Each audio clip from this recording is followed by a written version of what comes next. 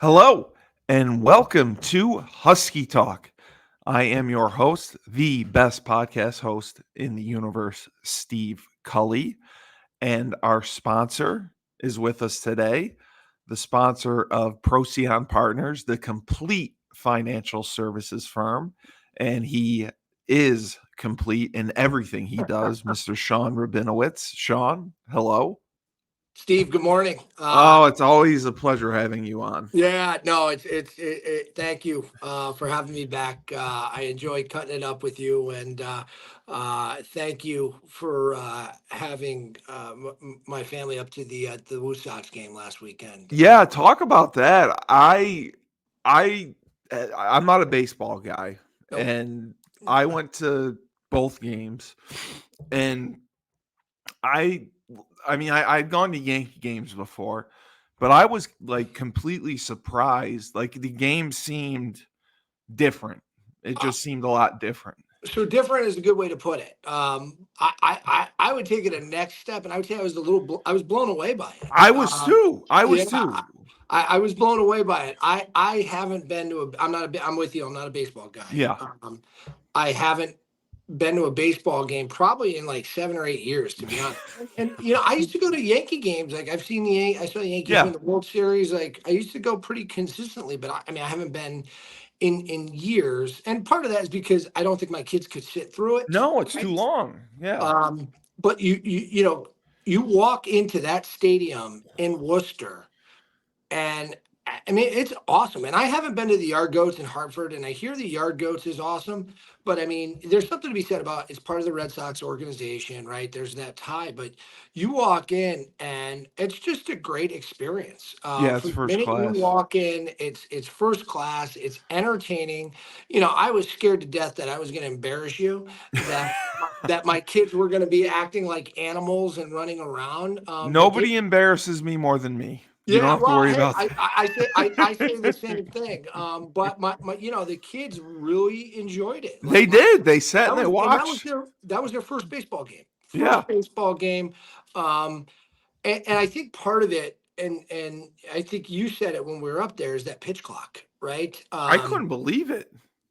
I The mean the the that game tempo. usually it's like I even like I remember like Yankees were playing in the ALCS, and I'm looking at my watch and it's 6 and I'm like, hey, when can we get out Let's of get here? going here. Yeah, like let's kind of start to move the needle.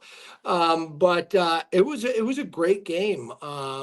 They got me good on the way out though, Cully. They They got me did. good.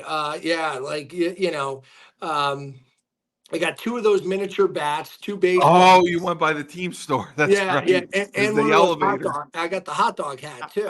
I needed that for all of that for 60. That's So it's great. That's great. it really is. And I give hats off to the Red Sox organization Yeah.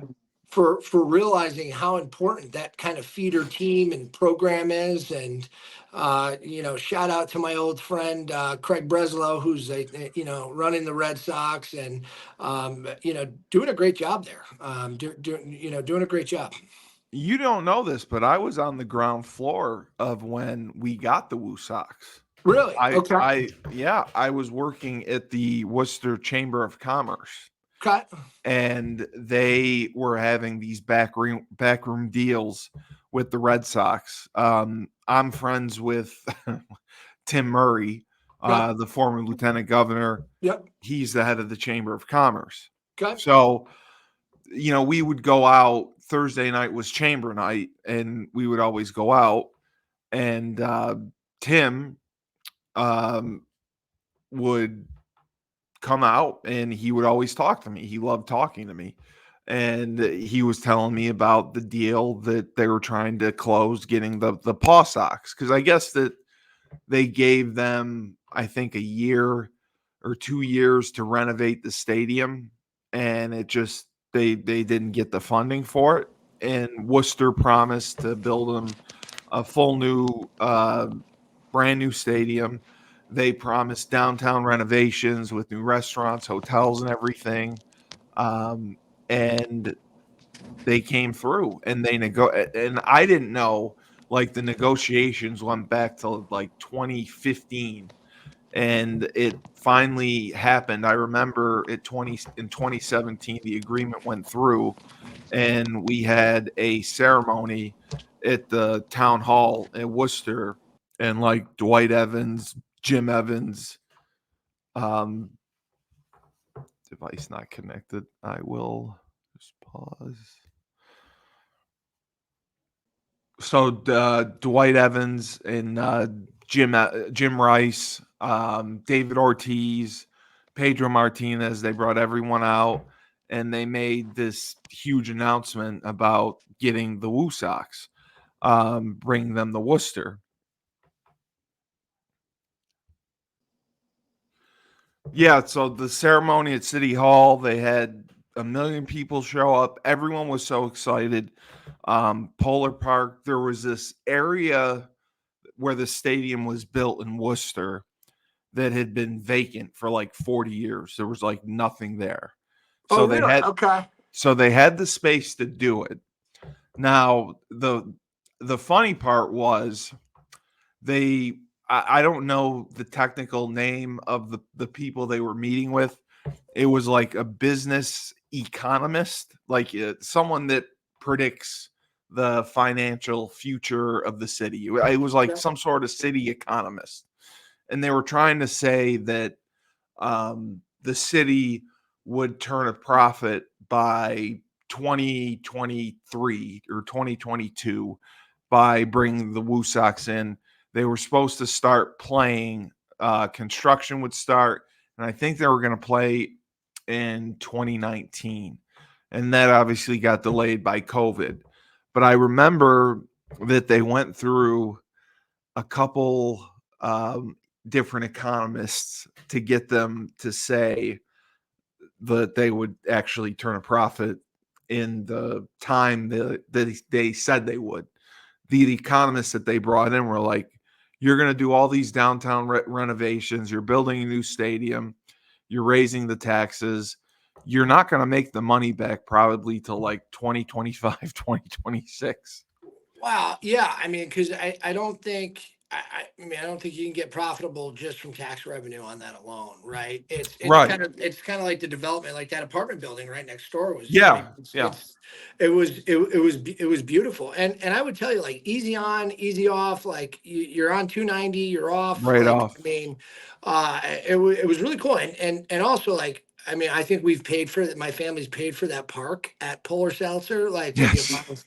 with the amount of Polar Seltzer, but I like love Polar too. we love it. And let My me favorite. shout out Polar for their cola, right? Oh, my favorite. So I mean, I know it's not great to drink soda, but I still do it. And I love a Coke.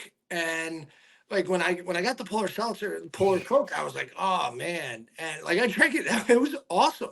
I was awesome. Yes, and I got once I saw you with the Polar Cola, I had to go get my favorite, which is the Polar Orange Dry. Oh, okay. The Orange Okay. Dry is my favorite orange soda ever. So Okay. I had to get that too because I saw you drinking it. Yeah, And then it was good. It was and good. then your daughter is the sweetest girl in the world because there was someone sitting down below us with cotton candy. Oh yeah. And I said, "Wow, that cotton candy looks good." And then instantly she starts asking you, "Daddy, can I have cotton Daddy, can candy?" I get? And by the way, I walked I out. didn't know if you knew it was for me or not. Oh, I did. I did. Well, but please, the minute I saw that cotton candy below us, I was waiting. I was waiting for it to come. And let me tell you, I walked downstairs to like where the food court was. Yeah, I mean, they got incredible. it is. It's like a smaller version of like Yankee Stadium in terms of like what the food they have. I mean, it was all good options. Yeah. So I mean, again, I was we were blown away. We had a great day for the first game for our kids. I would tell you they absolutely loved it, and Yeah, you they know did. They had a And, blast. and my son learned how to cut deals. He gave the kid a fry, and Yes. then he turns around and The kid brought him a cake. the kid keeps coming in from the buffet, bringing He him cakes and was bringing him whatnot. So, lemonade, yeah. So it was a good deal for him. But yeah, the speed of the game, like I think it really helps baseball now because now you're not sitting for 4 hours. Like that game was over in Yeah. 2.5 hours, I think. Yeah, if that. And yeah, I mean that will bring more fans in, right? Like half the reason I haven't been to a game or I wouldn't take my kids to a game is there's no way they're sitting for 4 hours, No, right? yeah, there's no chance. Like they did great for 2 hours, 10 minutes, 2 hours, Yeah, 15 minutes. yeah, So that's doable. But I mean, it was much more entertaining, much more yeah. entertaining. I mean, The um, mascot races. yeah, and then the baby races, they were putting babies on mats and Yeah, racing them. that one I didn't get. That one was like, oh, who came up with the baby promotion? Yeah, We're but I having mean, baby promotion. what I think it's cool, but at the end of the day, I mean, they get it right. Yeah. And I mean, and I also think there's some value for Red Sox fans when you look at, and maybe Red Sox fan would disagree with me, but when you look at Worcester versus Pawtucket, right? Well, Uh, Worcester's the second largest city in New England. I mean, what that's kind and of my take, yeah. is I think just Worcester to people is much more like I just think about people from Connecticut, right? Yeah. Like, and I think people from Connecticut are much more likely to drive to Worcester Yeah, than it's they not are a it's a than they short are drive. Pawtucket, Yeah, to go to Pawtucket, yeah. you know? Pawtucket's definitely not on my bucket list Right, of right, right. places to go. Let me ask you a question. Have you watched professional baseball? Is that moving as quick as that game did? Yeah, Okay. I watched a couple pro baseball games. I think the pitch clock is 20 seconds as Got it. Okay. opposed to the 15. Like it's 15 and then I think they give them 18 when there's a runner on When there's a base. runner on. Yep, I saw But that. I couldn't believe the speed that they were going. And then the other thing, it looked like they weren't throwing curveballs, sliders, anything like that. It just looked like fastballs and changeups. I didn't see like a ton of like different pitches, I mean, or they I weren't couldn't very. notice it. They weren't like one of the guys was throwing some breaking stuff. He was Yeah, the first pitcher for the WOOSOX was throwing some breaking stuff. Um, Chriswell. Yep. I don't know that it was good stuff. I saw him at least throwing them in warm-ups, right? I think it's and when the batter's there, it's kind of hard to pick it up. But in like as he was like warming up each inning, I mean, he was definitely throwing breaking stuff. Okay.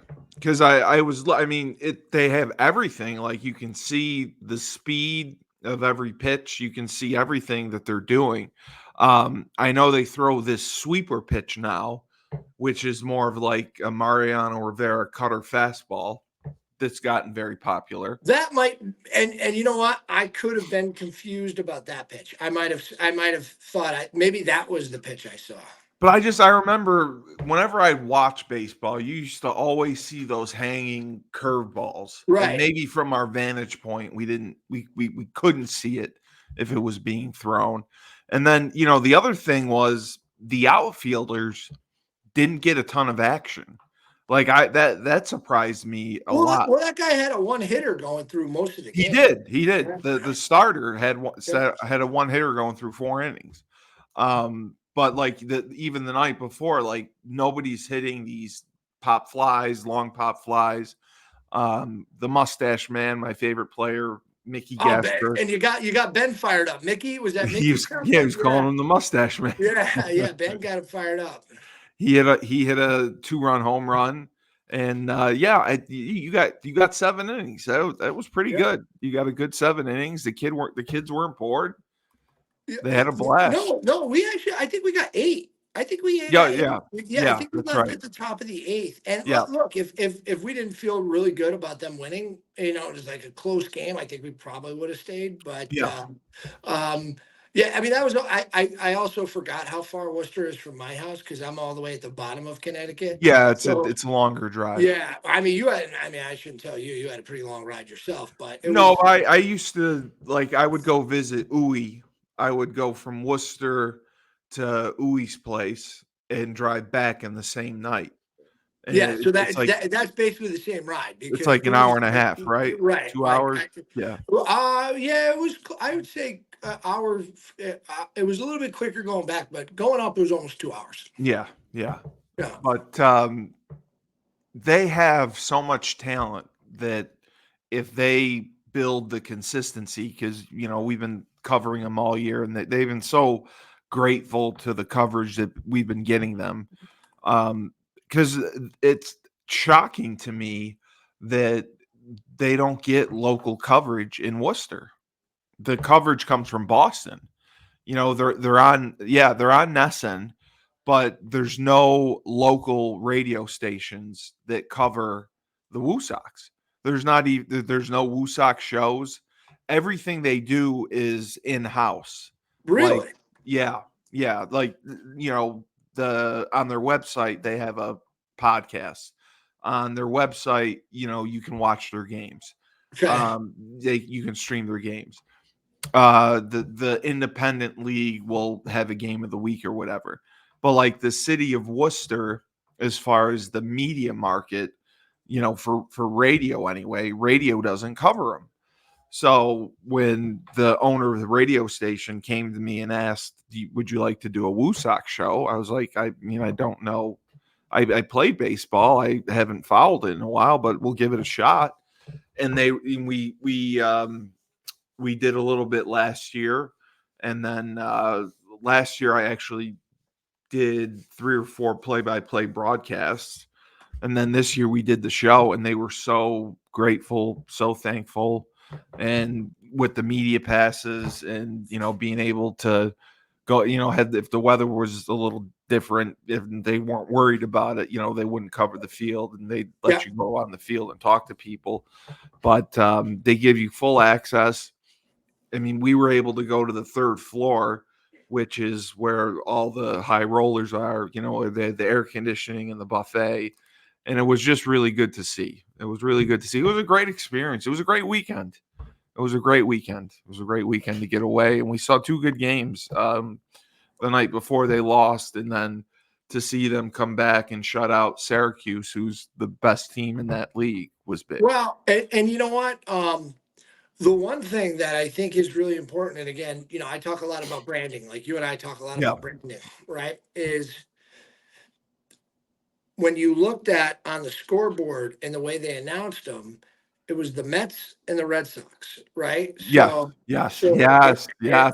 and I think I found that to be really important because it engages people, Yep. right? Like, the Yard Goats is coming up in Hartford. They got a great brand. People love going to those games, Yeah. right? But when you tie it to a major league team like the way they're doing and the way they did it with the Syracuse Mets, I think that matters. It does. I could be wrong, but I just felt like that mattered a little bit. No, it does for sure. And it was so interesting because I had Tim Murray on the show 2 weeks ago. They had set, I think I told you, they set a record last year for the amount of players they sent back and forth. Yeah, that's The awesome. the proximity of being in Worcester, being able to send guys back and forth has been huge for them Yeah, because, they get an injury, 40 minutes, they got a guy there. yeah. And they've been able to I, get I, guys I, experience. I think it's huge. Like I grew up and we had the Bridgeport Bluefish. Yes, yes, Bridgeport, I forgot. yes. Bridgeport, yes. Bridgeport, baby. And look, it was great. It was great. I remember, we went to games. I remember, my mother was the superintendent of schools at one point in Bridgeport, and she threw W out the first pitch. She got to throw out the first She pitch? did. She did get to throw out for one game. I remember going. This was like the last couple years they were there. She was the superintendent of schools down there. She threw out. It was a great experience. I mean, Yeah. over like it dipped down over time, like a lot of things that happen in Bridgeport. That a lot of what happens in Bridgeport. Yeah. But but it was Bridgeport has its ups and downs. it's got its challenges, as we call it. But like that was a great. I forgot who they were It's the got its affiliate. challenges. Yeah, challenges as they call it. Oh, But I know the Bridgeport hockey team is affiliated with Boston. no, no, no. So Islanders. okay, the Islanders. Okay. They're the Islanders. They're the Islanders. Yeah, Yeah. I don't I know that Boston has Portland as their double A team. So I'd be interested to know. No, I'm trying to think who it was, but it was but they had an affiliate, and like you would see, Steve, these teams go into the you would see these teams end up these players end up in the bigs. Yeah, every one of them. Yeah. Yeah, You, and I think the WooSoX, the Worcester Red Sox right now have several good prospects. Nico Cavadas is leading the team with 16 home runs. I think he'll be up. Bobby Dalton has been up and down, back and forth, but I think he's a AAA lifer. Nick Sogard is a top prospect. They have several good pitchers who I think will end up there. They have a Japanese pitcher who's unbelievable. do they really? Yeah, he's the guy I wanted to get an interview with, but I couldn't get his interpreter, so I couldn't get the interview with him. Usamora, he throws really well, and they have a closer, Luis Guerrero, who's a left-hander who just throws gas, who's really good. Yeah, I mean, it's just I think it's a good thing for sports fans to have access to that. I think it's a good thing for the community. Like I look at I don't know if you remember Jeff Fulcino. Do you remember Jeff Fulcino? He played baseball. Yeah. So he pitched, I believe he pitched for the Bluefish for a number of years. Right. And now he's killing it as a real estate agent down in Fairfield County. Oh my God. Yeah, and anytime anyone says, "Hey, I met this guy Jeff as a real estate agent," and he's a pitcher for the Bluefish. Like same way like Newsy maximizes his reputation, right? Yeah, I don't know. It's just, to me, it's cool. Well, I think the athletes in general, when you if you don't go into broadcasting or whatnot, athletes seem to do well as working in sales. They're in consulting. People want to buy from, like you said with Newsy. He's got a name, and he's the number one Remax agent for going on 8 years running. And people are going to buy a home from him, someone they've heard of, more so than they will someone who's a no name that they don't. Yeah, and I think it's the name is important, but it's also kind of the way you build yourself as an athlete with discipline and commitment to your craft. Huge, yes. Right. And Newsy definitely has made, has rocked it from using his name and UConn and football. But like I've said before, he's as good as it gets. No, he is. I got to tell you, I saw some of his listings. Yeah, he is. I was just out to lunch with friends of mine, right? Yeah. And I referred them to him probably about 10 years ago. And it was his largest deal that he ever did 10 years ago. See, you just bring people together all over. But wait. So I'm sitting down having lunch with them, and they're like, "Hey, we just used your friend Matt again." So he sold the house that they bought 10 years ago for them now, and flipped a new house flipped the new one. But that's amazing. They kept the relationship with him. They kept the relationship, and they also said, we know a lot of realtors, and they all consistently say that Matt Newsy is outstanding at what he does, right? So it's not just me saying, "Hey, this is a good friend of mine who can do the job." He's got that reputation, and that's what's important, and that's why guys like him are successful. I would also tell you, his mentor and the owner of his brokerage agency is one of the most fantastic people I've ever met. Wow. Yeah, a guy. Remax guy? Yeah, well, it's the local Remax guy. Yeah. His name is Jeff Wright. Mhm.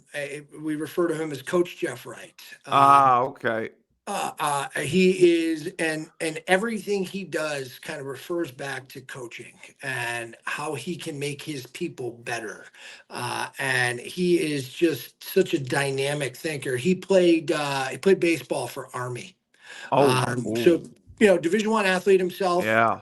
disciplined, That's right? tough. Like That's having to tough go as to it West gets. Point, but just a great guy and has built a world class organization. And and it says a lot because Matt Newsy could go wherever he wants, He right? could. He said that. Yeah. He could write his own ticket, um, but he respects where he's at and Very who much he's so. with, and appreciates that. And the more I got to know the owner there, Coach Jeff Wright, I understood why a guy like Matt stays there. And I see people jumping for dollars and Everyone does. Yeah. guarantees. Everyone does. And look, there's a business side to it. Yeah. But the great thing about people like Matt is he understands the value of what he has there. And I do the show with Laban, and Laban Marsh has a real estate company. It's a family owned business that they've had forever. And he kind of walked me through the process of being a real estate agent and how he deals with people and the difficulty, because you'll meet with them and they think their property is worth such and such a money amount of money, and he's like, well, we could do that, but chances are you'll be here for 2 years trying to sell it, Sure. or we could drop it a little bit and you'll move out a little bit faster. And he said, having to go back and forth with them and having to explain to them why. And it's a full team effort with real estate. It's not just one person. He says there's so many people involved that you have to deal with. Yeah, I mean, you look at, I mean, it really is. It's a team, right? Like you have the real estate agent, you have an attorney, you have, mortgage broker, right? And if you can build The that team, appraiser, yeah, it was right, crazy. and put that all in front of, the client, I think it works. And I also think guys like Laban and Matt Newsy are the ones that make it through the tough times, right? Like I think probably it's fair to say that this is not the best time to be a real estate agent with interest Yeah, rates at 6%. that's what But Newsy said. Yeah, I mean, you're kind of right sizing the profession at this point, right? Yeah, yeah. like you look at every housewife, stay at home mom that I knew went and got out, and during COVID went out and got the real estate license, right? All they They had to did. do, and so you got a guy like Matt Newsy who is as good as it gets in his craft, compete against people who have no knowledge of what they're doing, right? Yeah, yeah, And it was always incredible to me. Like half the people on my Facebook feed are like, "Hey, now I'm a real estate agent. Call yeah, me." just like Right? that. Like and like, hey, I get it. I'm not knocking their hustle, but the reason you deal with a guy like Matt or a guy like Laban is because they've seen it all, right? They're not Yeah. looking through this 2-year window of when the market was hot. They've seen the peaks and the It's valleys. cyclical. That's what Laban said. Laban said that for sure. People don't understand that it's completely cyclical. And the other thing, like you just said, he told me that in Erie County alone, there's 600 real estate agents. Yeah, like how do you I got to can't believe differentiate? that. Yeah, you got to be able to differentiate yourself. I mean, like 600? so it's funny because I was with the owner of Matt's company yesterday, and he made that comment. I think he said just at Remax alone in Connecticut, I think he has over 100 agents. That blows my mind. Like, Yeah, and I mean some of them are maybe part they time, do it on some the full time, side. but I Yeah. mean still, I mean if you're Matt Newsy, even if you're doing it part time, you're still competing against that person. You Yeah. got to be prepared to be better than every one of those other people. That's not like, like when you're playing football, you're playing a sport, you're competing against,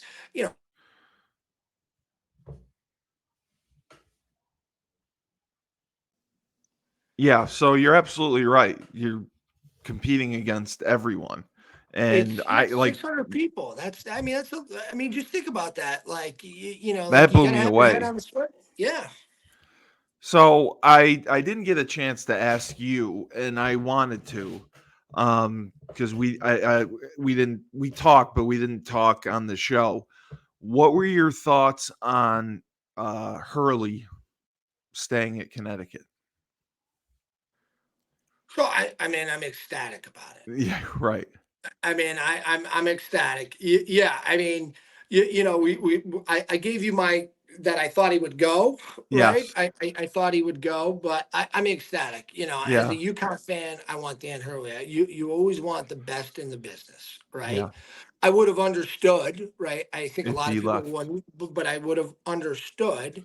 Um, but he's the best there is. I Yeah. mean, at every level, right? Like Yeah.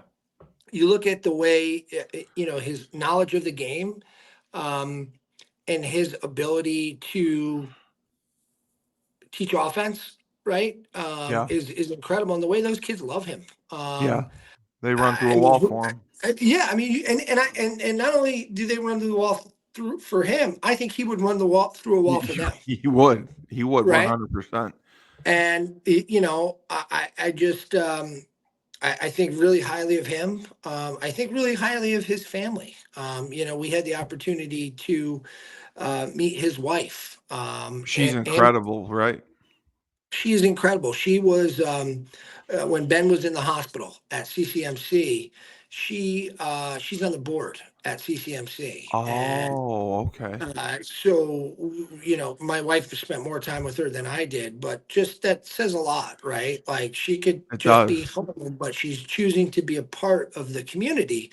And overall, I think that had to do a lot with their final decision It was that, did. she and I could imagine like I mean, I'm sure she wanted to kill him for it, but like when I forgot who, I think it was Dan Lebitard, that he was on the Dan Lebitard show, and he started talking about like she went nuts on him. We just settled here and it was great. And I just like in my mind, like I met her, I'm like I could see that because I could see Yeah. my wife doing that to me. Like you come home, we have a good life. Now you want to throw this at me. But I mean, again, I'm thrilled for UConn. I'm thrilled for the brand, and most importantly, I'm thrilled for the players. Right? Yeah. Because I, I love. they legitimately could three-peat. Yeah, I mean, but here's the problem. Here's the problem for him. Every year going forward that he doesn't win a national championship is a Oh, failure. right, right. It's gonna be the end of the world. Yeah. It's the Geno thing again, It right? is. Like Yeah. where like every year they didn't win the national Yeah. championship. It was like Geno, you failed, You and he's like, failed. "Come on, right? Like, Yeah.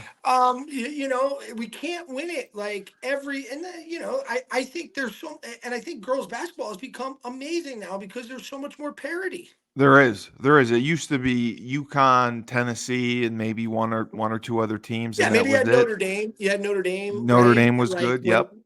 but that was Notre Dame came on when Tennessee came off. So Yes. it was always like one of two, right? Yes. And now you have, I don't think you have 25 great teams, but I think you have 10 10. teams, Yeah. 10 that can compete Yeah. um, at any time. So I think I'm really happy. I credit UConn. I think they have done a great job, not just with keeping Dan Hurley there, um, but with all of their coaching staff, right? Yeah. I mean, Yeah. you look at UConn sports right now, and yeah, I get it. Like not all the sports get kind of the limelight and the credit. We're pretty damn good across the board, Yeah. right? We've done more with less. You look at baseball, you look at um, Baseball had a great season. Yep. but even like they don't get a lot of paper Hockey. hockey, but field hockey, women's field hockey, women's lacrosse. I mean, they're perennial like competitors every Yeah. single year. I mean, UConn has quite an athletic sport. Yeah, I get it. We don't get the brand name of Wisconsin and everybody else, that USC that has top shelf programs. But I would tell you, when you look at the amount of titles that UConn is winning across the board, um, I think we're doing a pretty good job in No, we are. Stores Connecticut. Like Yeah. imagine like having to recruit for Stores Connecticut, right? We want you to come to Stores. That's what who was I talking with about it? I had Chris Meyer on, and Meyer said the same thing. Like when he came up on his visit, and he sees Stores Connecticut, he's like, wow. He's like, I played in bigger stadiums when I was in high school. Like Right, why would I come here? And it was a credit to the coaching staff that recruited him, that got him in and got him signed. And it was the same thing. I had Kashama on right, the other day. He's coming from Canada, and he doesn't know what snow is.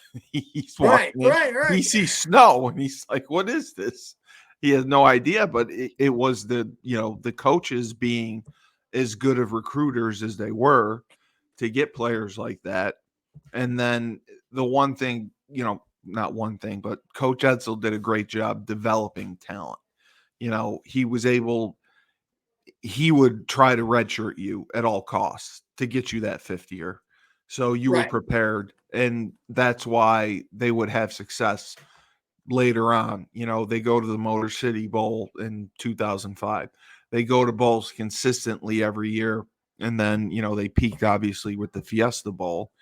And right. now hopefully things get back on track, and they struggled last year, but again, talent developed.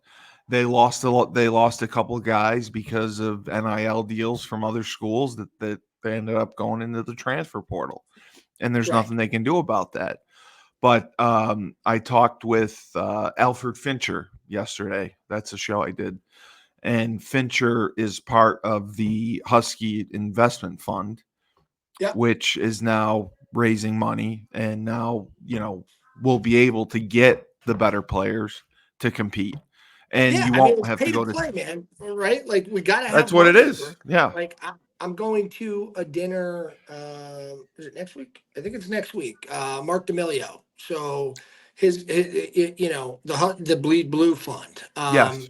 And he's been a great, great cheerleader. I don't know that he'd love the word cheerleader, but he's been a great proponent of the NIL and us. You can't just give to UConn. You got to split it now, right? You got to give it to UConn, but you also have to give to the NIL because that's Yeah. what's going to get talent. If we want to It is. win, you got to split dollars equally, and I You think do. that's a But hard sell, right? It's a hard sell for the foundation, right? it Because the is. foundation wants it all, right? They want to take. If I want to give a hundred They thousand, the take foundation wants the whole 100,000. Yeah. But quite honestly, if we get the best talent, that money should trickle down anyway, right? That's what happens.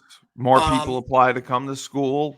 right. That's kind Exactly. of that's my take is that you gotta be splitting it evenly because we need the money in the NIL, and Mark throws a good party. I've been to his parties That's for what the Big counts. East. Yeah, the Big East national championship when I've gone.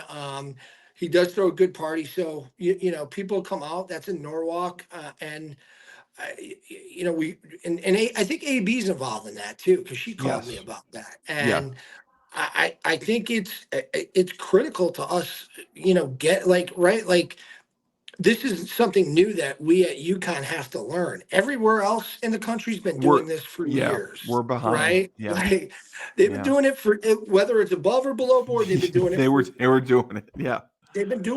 years, right? Yeah. So we got to figure it out. We got to figure it out fast, especially, and look, I think football will take a little longer, but like we got to figure it out fast for basketball, right? Like, Yeah. No, I um, know. and look, you can say, hey, the NIL sucks, like it's changing.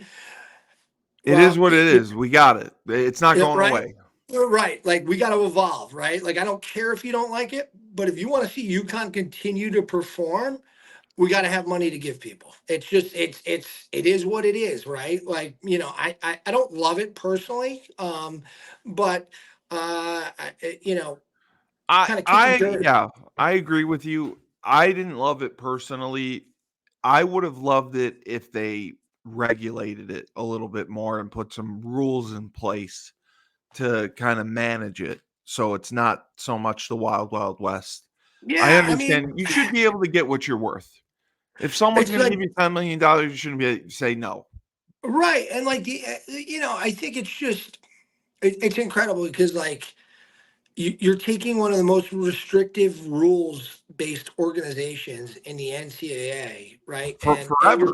you're swinging the pendulum completely the other direction, right? Yeah. Like where you're just saying, "Hey, here's the money." And but to be fair, be careful what you ask for. That's what people Be wanted. Oh, careful what you wish for.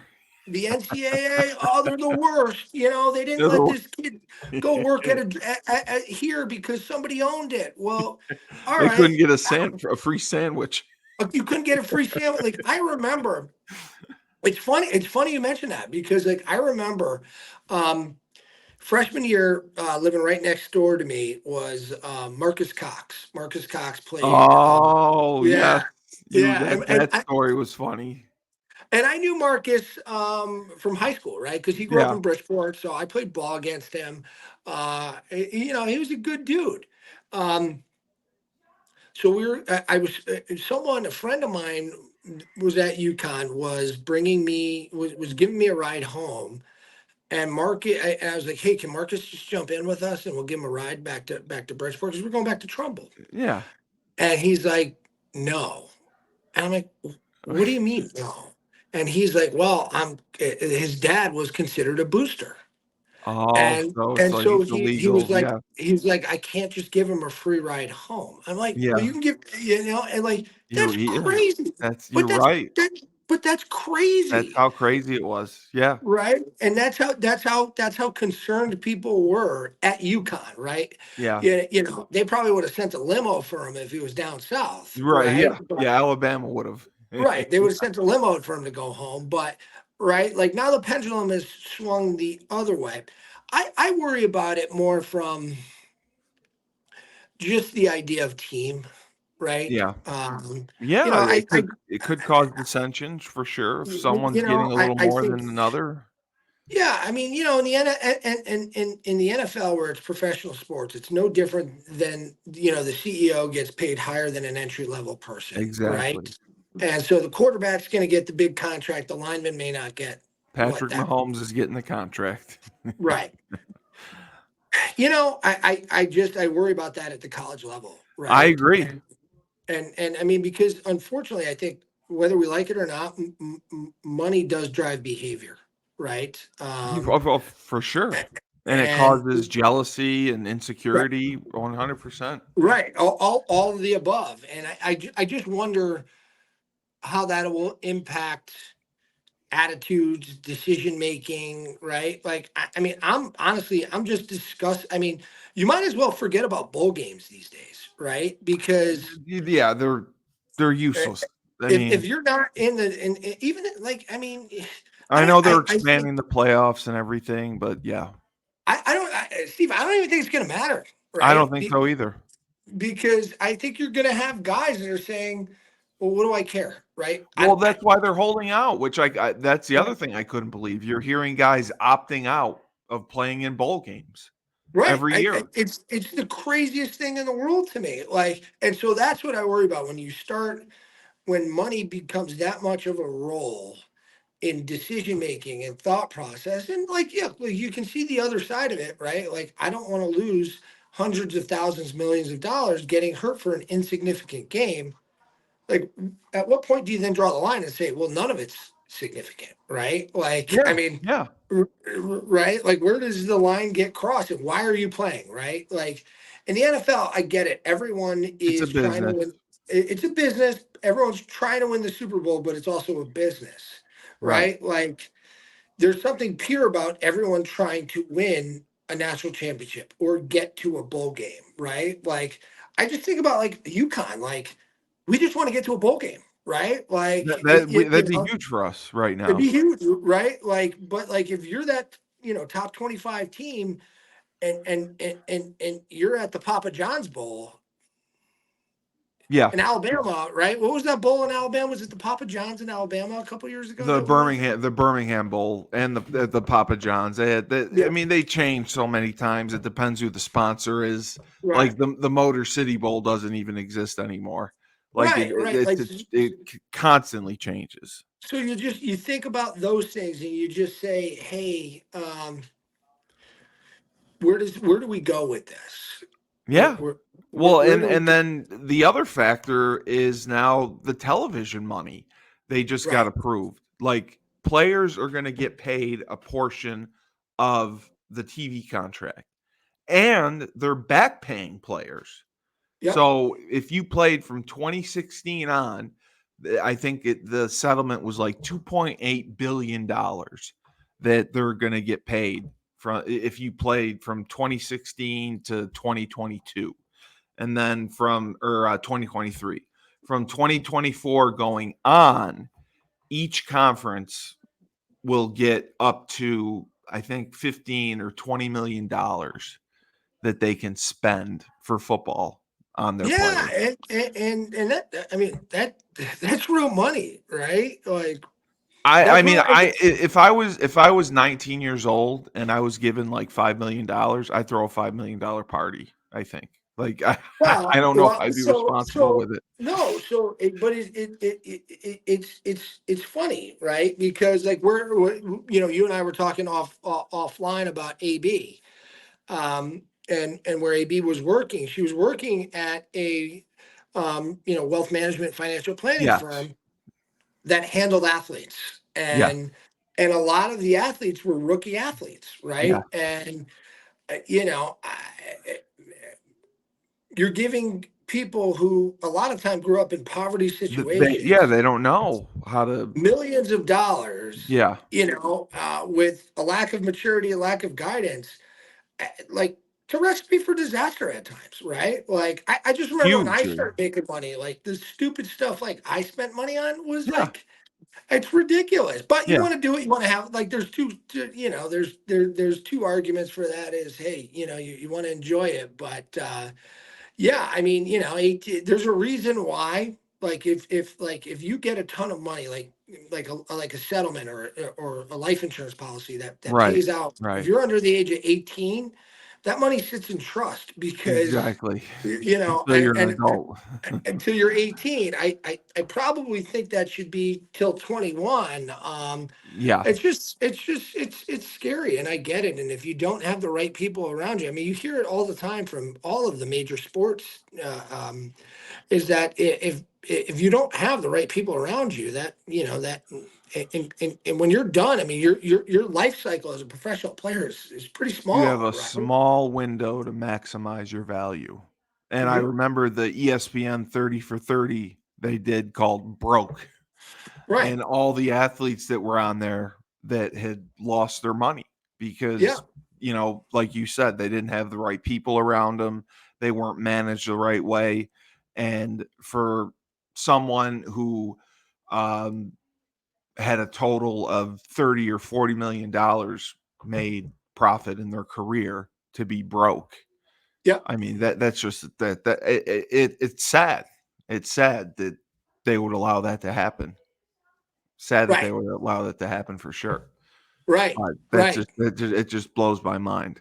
And with the television money, I do hope that it gets regulated and they at least bring in people to educate the players on how to manage their money, or they have a team in place. At least maybe their families or guardians will get people in place to help manage their money to make sure that it lasts. Because this year alone was the smallest turnout in the NFL draft for underclassmen. They Right. all wanted to stay because they're Right. because they're getting paid. Right, because the league minimum, right? Like The league the minimum rookie is 300 contract. something $1,000, and Yeah.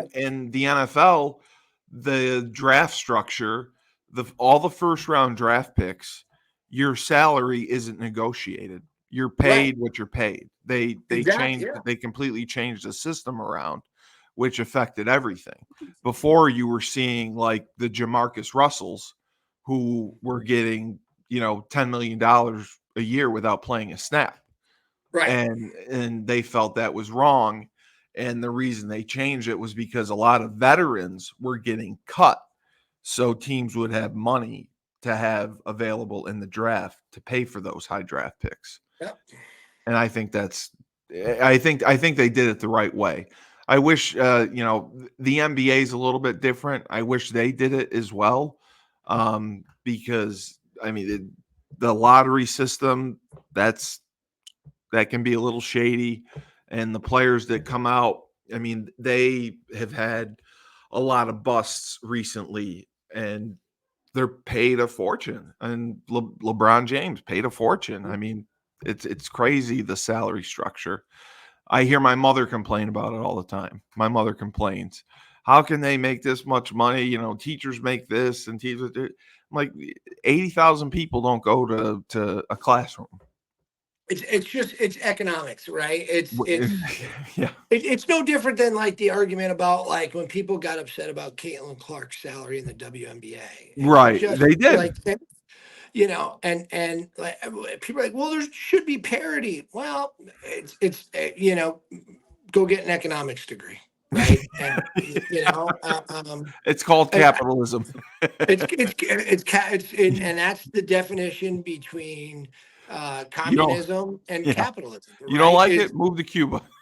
Yeah, well, everything can't be equal, Yeah, right? Yes, there is a place where everything should be equal, but when you're talking about you're paid based upon revenue generated, yeah, right? Like, if I don't make money, if my company doesn't make money, I can't expect to make yeah, money, yeah. right? You And can't. and so that's why, like, you don't hear about the women in the NBA don't complain about it because I think they, most of them do understand the Yeah. economics.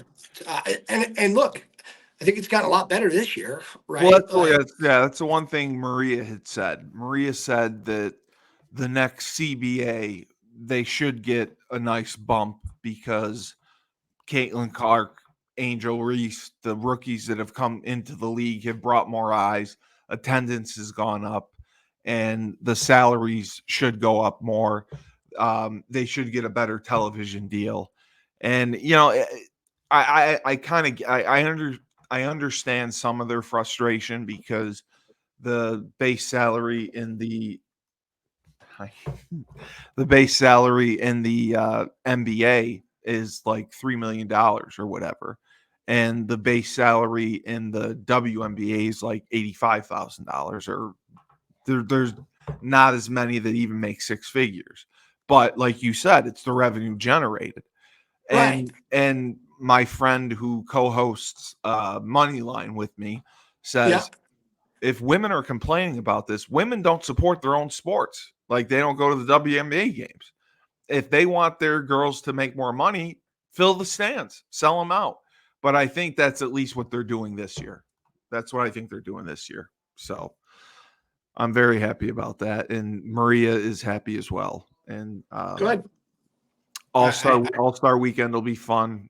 I do enjoy watching All Star Weekend. It's the Olympians playing against the WNBA All Stars. So yeah, we got the Olympics coming up. It's awesome, but I hate to cut you off, but I no, I gotta know you got to go. go. I know you got to go. Thank you for giving me your time. It's always a pleasure having you on. I got to have you on when I have someone else on, so you can co-host with me. I think that'll be fun. Yeah, We'll man, get someone to have on. I'd love it, but hey, man, keep doing what you're doing.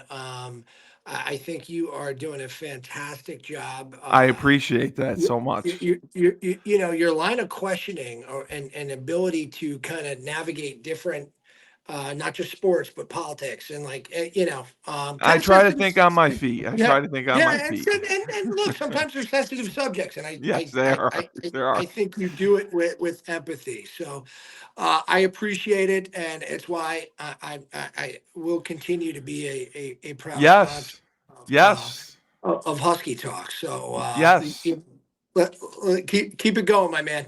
Sean Rabinowitz, Procyon Partners, the top 50th, one of the top 50 fastest growing financial services firms in the country. That is incredible. That is Let's incredible. go. And Let's go. when I make my first million, Sean, I'm coming to you. Just so you know. I have a great person for. I have a great person for. It's not me, but I have a great person for Yes. you, Cully. Yeah, you'll take care of me. So thank you for joining Husky Talk. It was a wonderful episode. And remember, I'm the best podcast host in the universe. When life gives you lemons, don't make lemonade. Take 2 oranges and throw them back at